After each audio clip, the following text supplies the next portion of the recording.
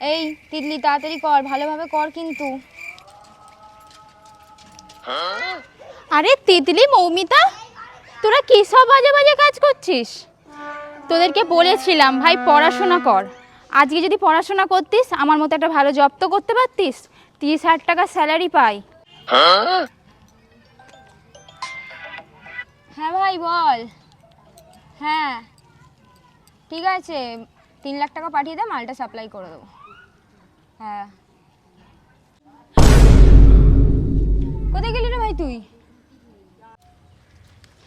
ভাই ঠিক করছি তো?